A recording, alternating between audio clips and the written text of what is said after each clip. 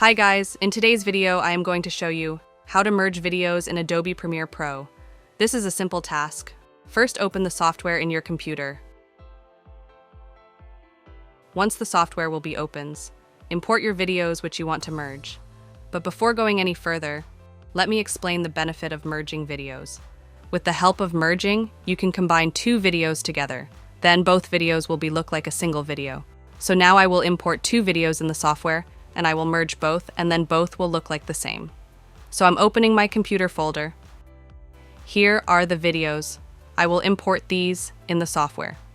Let's import the first one. Now time to import the second video. Now both videos are imported in the software. Now how can we merge these? You don't have to do anything. Just click on the second video, take it and paste it at the end of first one. Now both videos are merged together, and if I play the video at the end of the first one, and let's zoom in a bit, you can see now the second video has been started without applying an effect. And it was the way by which you can merge videos in Adobe Premiere Pro.